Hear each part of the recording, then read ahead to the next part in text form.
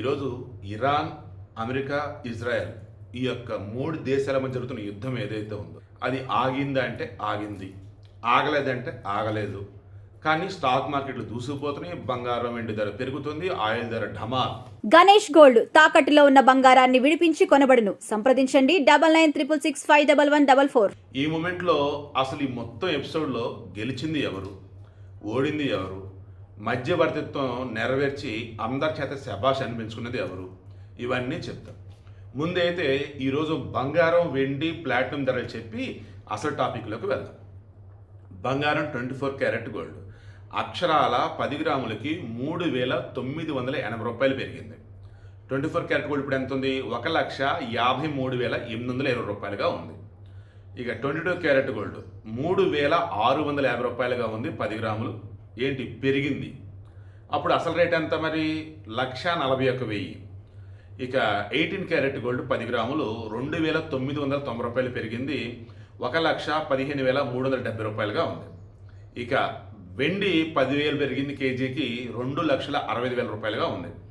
ఇక ప్లాటినం కూడా 10 గ్రాములకి 1,550 రూపాయలు పెరిగింది, 60,140 రూపాయలుగా ఉంది. ఓకే, ఇది యుద్ధానికి సంబంధించేసి జస్ట్ ఆగింది, పాజ్ ఇచ్చారు అని అనగానే దూసుకుపోయినాయి. ఇక్కడ స్టాక్ మార్కెట్లో కూడా నిఫ్టీ వచ్చేసి 800 ప్లస్ ఉంది, సెన్సెక్స్ వచ్చేసి కూడా నాకు తెలిసి 2,500 ప్లస్ ఉంది అది కూడా. సో ఇప్పుడు ఇష్యూ ఏంటి, అసలు మాట్లాడుతుంది ఏంటి? మనం కావేస్ మీడియాలో ఈ టైప్ ఇప్పుడు డిస్కస్ చేయాలి. ఇప్పుడు మన ఇండియాకి ఈ గల్ఫ్ దేశాలైనటువంటి Qatar, Bahrain, Kuwait, Saudi, UAE వీటి నుంచి ఆయిల్ అంటే హర్ముజ్ జలసంధి నుంచి అలానే తప్పించాం. ఎందుకంటే ఇరాన్ వచ్చేసి మన ఫ్రెండ్లీ నేషన్ కాబట్టి. మరి గ్యాస్ వచ్చేసి మనం ఏకంగా ఈ ఆఫ్రికాలో ఉన్నటువంటి కీలకమైనటువంటి దాదాపు 7 దేశాల నుంచి మనం ఇంపోర్ట్ చేసుకుంటున్నాం. దాదాపు 1,00,000 టన్నుల గ్యాస్ రాబోతాం. ఇదే కాకుండా రేర్ ఎర్త్ మినరల్స్ ఇంకా ఎన్నో. అంటే మొన్న మోదీ చెప్పారు, అబ్బాయి గతంలో 27 దేశాల నుంచి మనం ఆయిల్ ఇంపోర్ట్ చేసుకునే వాళ్ళం, ఆయిల్ గ్యాస్ అలా. ఇప్పుడు 41 దేశాల నుంచి మనం ఆయిల్ గ్యాస్ ఇంపోర్ట్ చేసుకుంటూ ఉన్నాం, మనకి సమస్య లేదు అన్నారు. ప్రపంచ దేశాలన్నీ కూడా ఆల్మోస్ట్ ఆయిల్ వల్ల కానీ గ్యాస్ వల్ల కానీ ఇబ్బంది పడ్డాయి. మన దగ్గర ఒక కమర్షియల్ సిలిండర్ల విషయంలో సమస్య వచ్చిన మాట నిజం, కానీ ఎక్కడ కూడా ఆయిల్ రేట్లు పెంచింది లేదు. అండ్ ఇంకా చెప్పండి, ఆయిల్ రేట్లు తగ్గించారు. అండ్ ఆయిల్ పుష్కలంగా అవైలబుల్గా ఉంది. ఇది ఎలా సాధ్యమైంది ఏంటి అన్నప్పుడు చెప్పా కదా, ఈ యుద్ధంలో అసలు ఎవరు ఊహించిన విధంగా గెలిచిందంటే భారత్. గతంలో ఆపరేషన్ మైత్రి అని కావచ్చు, ఆపరేషన్ సంజీవని అని కావచ్చు, వ్యాక్సిన్ మైత్రి అని కావచ్చు, కరోనా సమయంలో పేద దేశాలకి, ఈవెన్ డబ్బున్న దేశాలకు కూడా ఇన్ టైంలో మందులు ఇచ్చింది, వ్యాక్సిన్ సరఫరా చేసింది మన భారతదేశం. అప్పుడు చాలామంది అన్నారు, భారతదేశంలో వెళ్ళలేకపోతుండే జనాలు మీరేంది ఏడాదిగా సప్లై చేస్తారని. ఇక్కడ కూడా ఉన్నారా బాబు అన్నారు. అయితే దాని రిజల్ట్ ఇది. ఆఫ్రికా దేశాలు భారతదేశాన్ని నిజమైనటువంటి ఫ్రెండ్గా చూస్తూ ఉన్నాయి. మేమున్నాం, మీకు ఏం కావాలో చెప్పండి అంటూ ఉన్నాయి. ఇక ఓవరాల్గా ఇప్పుడు ప్రపంచ దేశాలు మొత్తం కూడా గమనిస్తుంది పాకిస్తాన్. ఎందుకంటే ఈ యుద్ధాన్ని పాజ్ ఇచ్చిన, ఈ యుద్ధాన్ని ఆపడానికి శాశ్వత ప్రయత్నించిన అది పాకిస్తాన్. ఈ అమెరికా వాడేమో ఆపరేషన్ సింధూర్ నేను ఆపాను అంటాడు. ఈ పాకిస్తాన్ మేము గెలిచాం అంటాడు. దెబ్బకి మనం ప్రెస్ మీట్ పెట్టి చెప్పారు, ట్రంప్కి ఏం పని, పాకిస్తాన్నోడు బతిమిలాడితే మేము ఆపాము, అది కూడా పాజ్ ఇచ్చాము, ఆపలేదు, మా లక్ష్యాల మొత్తం కూడా టార్గెట్ మొత్తం క్లియర్ అయిపోయిందని చెప్పేసి మనల్ని చెప్పారు. సో ఆ బడాయి కబుర్లు చెప్పుకున్నటువంటి అమెరికా పాకిస్తాన్లో ఏం చేశారు చివరికి? ఇప్పుడు ఈ పాకిస్తాన్ని ముందు పెడటం ద్వారా, ఈ ఇరానోడు చర్చలు కొట్టుకోవడం ద్వారా అమెరికా అమ్మాయిని ఊపిరి పీల్చుకున్నాడు. సో అమెరికాని ఓ రకంగా ఇక్కడ పాకిస్తానోడు కాపాడాడు. అప్పుడు ప్రపంచ దేశాలు కూడా ఏం చేస్తున్నాయి? పాకిస్తాన్ అంటే పాపిస్ట్ దేశం అనుకున్నాం, టెర్రరిస్ట్ దేశం అనుకున్నాం, బట్ ఈరోజు పర్లేదురా బాబు వీడిని మెచ్చుకోవాలన్నారు. ఎందుకు? ఫస్ట్ అమెరికా ఇచ్చిన 15 అంశాల ప్రపోజల్ ఇరాన్ అడుగు చెప్పాడు. ఇరాన్ ససేమేరా అన్నాడు. తిరిగి ఇరాన్ ఏం చేసింది? 10 అంశాల ప్రపోజల్ ఇచ్చారు. ఈ 10 అంశాలు ఏంటి? ఇమ్మీడియట్గా ఇరాన్ కానీ, లెబనాన్ కానీ, యెమెన్ కానీ వీటి మీద యుద్ధాలు ఇమ్మీడియట్గా మొత్తం ఆపేయాలి. అండ్ ఈ హర్ముజ్ జలసంధి మీద ఆంక్షలు అయితే మొత్తం తొలగించాలి. హర్ముజ్ జలసంధి మీద వచ్చి పూర్తి కంట్రోల్ వచ్చేసి ఇరాన్కి ఇవ్వాలి. అండ్ ఇరాన్లో ఏవైతే ధ్వంసం చేసింది అమెరికా వాటి మొత్తాన్ని కంపన్సేట్ చేయాలి, నిర్మాణానికి సహాయపడాలి. ఇలా అమెరికాకి సంబంధించి మెయిన్ ఇజ్రాయెల్ వాళ్ళు కానీ అమెరికా కానీ మన అన్నదేంటి ఇరాన్ విషయంలో, వాళ్ళ దగ్గర యురేనియం ఉంది, పరిశుద్ధం క్లీన్ చేసిన యురేనియం ఉందని. ఇరాన్ ఏమన్నాడు, అరే అది మా జనరల్ అవసరాలకు రా బాబు, న్యూక్లియర్ బాంబులు కాదురా బాబు, అదేమంటే ఇంటర్నేషనల్ అటామిక్ ఎనర్జీ వాళ్ళు వచ్చి చెక్ చేసుకోవచ్చు అని చెప్పేసి అన్నారు.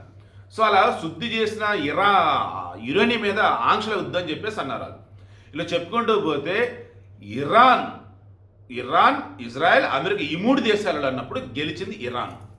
ఏ రకంగా అస్సలు వాళ్ళకి ఏమేం కావాలో మొత్తం ఇప్పుడు ఫుల్ఫిల్ చేసుకోబోతా ఉన్నారు. హర్ముజ్ జలసంధి నుంచి పూర్తి కంట్రోల్ ఇప్పుడు ఇరాన్కి రాబోతా ఉంది. ఏకంగా ఒక్కొక్క షిప్ నుంచి $2 మిలియన్ టోల్ ఫీజు వసూలు చేయబోతా ఉన్నారు. ఇలా చెప్పుకుంటూ పోతే యుద్ధం చేసిన దేశాలకు గెలిచింది ఇరాన్ అయితే, యుద్ధం చేయకుండా న్యూట్రల్గా ఉండి గెలిచింది భారతదేశం. ఎందుకు?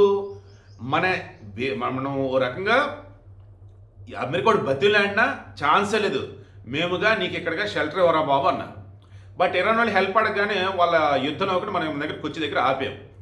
ఇలా చెప్పుకుంటుంది ప్రపంచ దేశాలన్నీ కూడా ఇజ్రాయెల్ నీ ఫ్రెండే, అమెరికా ఫ్రెండే, ఇరాన్ ఫ్రెండే కదా, ఆపు ఆపు ఆపు అన్నారు ఇండియాని. మేము ఆపేది ఏంటిరా బాబు, ఆపాల్సింది వాళ్ళు, బట్ మేమైతే ఆపడానికి మా వంతు సాయం చేస్తామని అన్నారు. సో ఫైనల్లీ ఇది.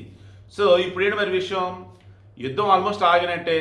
ఇక క్రూడ్ ఆయిల్ ధరలు బ్రహ్మాండంగా డౌన్ అవుతూ ఉన్నాయి, క్రూడ్ ఆయిల్ అన్ని దేశాలు సప్లై అవుతూ ఉంది. ఇక ఈ మూమెంట్లో అమ్మయ్యా అని బతికిపోయిన దేశం ఇంకోటి ఉంది పాకిస్తాన్.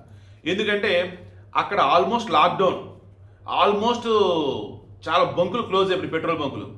నైట్లో వచ్చేసి ఫంక్షన్ చేయకూడదు. ఇలా చెప్పుకుంటూ పోతే అదొక దరిద్రమైన దేశం. ఇప్పుడు వచ్చేసి అమ్మాయిని ఊపిరి పీల్చుకుంది. ఎందుకు? వాడికి రావాల్సిన ఆయిల్ అంతా కూడా ఇక్కడి నుంచే రావాలి, గల్ఫ్ నుంచి. సో అది వచ్చింది ఇప్పుడు. ఇక ప్రపంచ దేశాలన్నీ కూడా ఊపిరి పీల్చుకున్నాయి. ఎందుకు? ఎక్కడ ఈ ఇరాను, ఇజ్రాయెల్, అమెరికా యుద్ధం ఇలాగా కంటిన్యూ అయిద్దో, ఇక హర్ముజ్ జలసంధి రావాల్సిన మొత్తం ఎక్కడైనా ఆగిపోతే ఏమైందన్న భయంతో. అవునన్నా కాదన్నా ఇరాన్ వెనుకున్నది వచ్చేటప్పటికి వీడు ఎవరు, రష్యా అండ్ చైనా, వీళ్ళు చేంజ్ చేస్తున్నారు. అమెరికాని ఆల్రెడీ బొలుపంతా దించేశారు. ఇక ఇజ్రాయెల్ కూడా ఒక రకంగా చెప్పున్నాడు, నువ్వు అమెరికా నమ్ముకోవద్దు, వాడు నిన్ను మధ్యలో వదిలేస్తాడు అని. ఇప్పుడు అదే చేశాడు. ఇజ్రాయెల్ ఏమనిద్ది, ఇరాన్ దగ్గర ఉన్నటువంటి ఆ న్యూక్లియర్ ఫ్యూల్ రిలేటెడ్ ఏవైతే ఉన్నాయో, శుద్ధి చేసిన యురేనియం ఏదైతే ఉందో అది మొత్తం కూడా మనం తీసుకోవాలని అంటాడు. ఆ ఇరాన్ వాడు నేను ఎందుకు ఇస్తాను రా బాబా అంటాడు. తీరా ఈ ట్రంప్ వచ్చేసి తాడో బెడో తెలుస్తా, రాతి కనుక పట్టకెళ్తా, నాతో పెట్టుకోవద్దు, నువ్వు వచ్చి చెప్పింది వినాలంటే ఏం చేసుకుంటావో చేసుకోపో అన్నాడు. పాకిస్తాన్ వాళ్ళు మధ్యవర్తం వర్తించారు కదా, పాకిస్తాన్కి చెప్పాడు. ఏ రకంగా, అరే బాబు మా దగ్గర వేల కొద్ది మిసైల్స్ ఉన్నాయి, వేలల్లో డ్రోన్స్ ఉన్నాయి, నిండా మునుడు చలేంద్ర నాయన, మా అధ్యక్షుడికి సంబంధించేసి ఫ్రీడమ్ ఇచ్చున్నా కానీ మీరు మా సుప్రీం లీడర్ అల్ ఖమేనీని చంపారు, మోస్తఫా ఖమేనీ ఆసుపత్రిలో ఉన్నాడు, and Islamic radical guards corps ఉన్నారు చూసినా వాళ్ళకి సంబంధించి లేపేశారు. ఇలా మా దగ్గర మీరు చాలామంది చంపేశారు, కొత్తగా చంపేది ఏంట్రా బాబు అన్నట్టుగా వాళ్ళు. అండ్ మోరోవర్ ఇరాన్లో దాదాపు 1,40,00,000 మంది ఈ యుద్ధంలో పాల్గొని రెడీగా ఉన్నారని వాళ్ళు.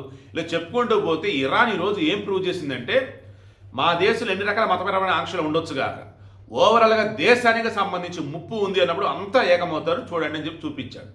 అండ్ ఖచ్చితంగా ఒక శత్రువుకి ఇంకో శత్రువు అన్నప్పుడు ఇంకోడు అంటాడు, వాడు వచ్చేసి అరే వాడు నాకు శత్రువు అంటే అటు నాకు హెల్ప్ చేయని చెప్పి ఇరాన్ అడగ కానీ రష్యా చైనా హెల్ప్ చేశాయి. సో ఇప్పుడు అమెరికాని వచ్చేసి అంతా కలిపి ఎర్రి పప్పం చేశారు. ఇప్పుడు ప్రపంచం అంతా చీయని కొట్టే పాకిస్తాన్ హెల్ప్ తీసుకున్నాడు అమెరికా వాడు. ఇలా చెప్పుకుంటూ పోతే అండి ఓవరాల్ యుద్ధం వచ్చేసి ఎన్నో పాఠాలు నేర్పి తర్వాత మాట్లాడుకుందాం. ఇప్పుడైతే మాత్రం బంగారం ఆకాశం దూసుకుపోతుంది, క్రూడ్ ఆయిల్ ధరలు పడిపోతూ ఉన్నాయి. అండ్ ఓవరాల్ చూసుకుంటూ ఉన్నప్పుడు ప్రపంచానికి సంబంధించి విశ్వగురువుగా భారతదేశం కనిపిస్తుంది. అండ్ అమెరికా వచ్చేసి ఓ రకంగా ఇదా అన్నటువంటి నీచమైన పేరైతే తెచ్చుకుంది.